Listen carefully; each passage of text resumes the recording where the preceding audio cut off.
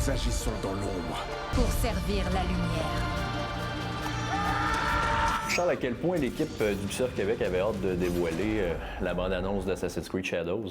Ben, tu peux t'attendre. Après 4 ans qu'on travaille sur ce jeu-là, on était très fiers et très contents d'enfin pouvoir parler de notre jeu. Est-ce que j'ai raison de dire que le Japon féodal, c'était parmi les lieux historiques et géographiques les plus demandés par les fans?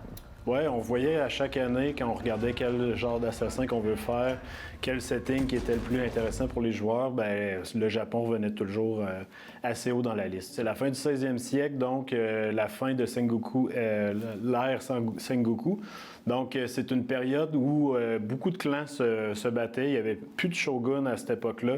Où est-ce que Oda Nobunaga, on le considère comme le premier des 3 unificateurs du Japon, a décidé de prendre l'ampleur puis de prendre un peu plus le pouvoir pour essayer de ramener la paix dans le Japon féodal. Vengeance.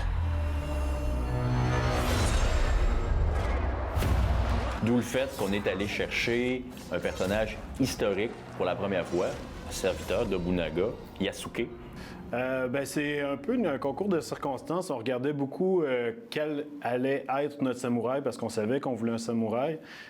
Puis on savait aussi que cette période-là était super intéressante pour nous. Ce qui nous a intrigué le plus, c'est tout l'aspect mystérieux de ce personnage-là. Partir d'où ce qui était, où ce qui est parti, donc plus un servant avec les Portugais, et d'arriver à une personne super importante pour Oda Nobunaga.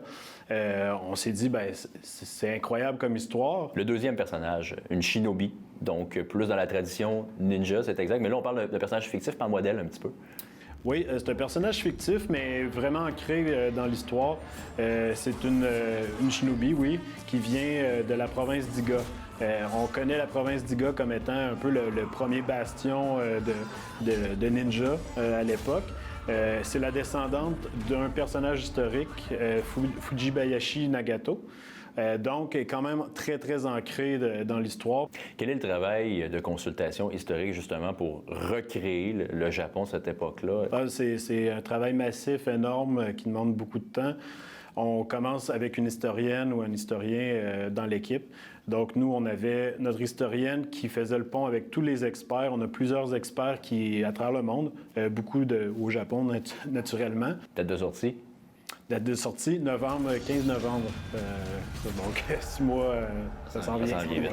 Merci beaucoup, Jean. Merci à toi.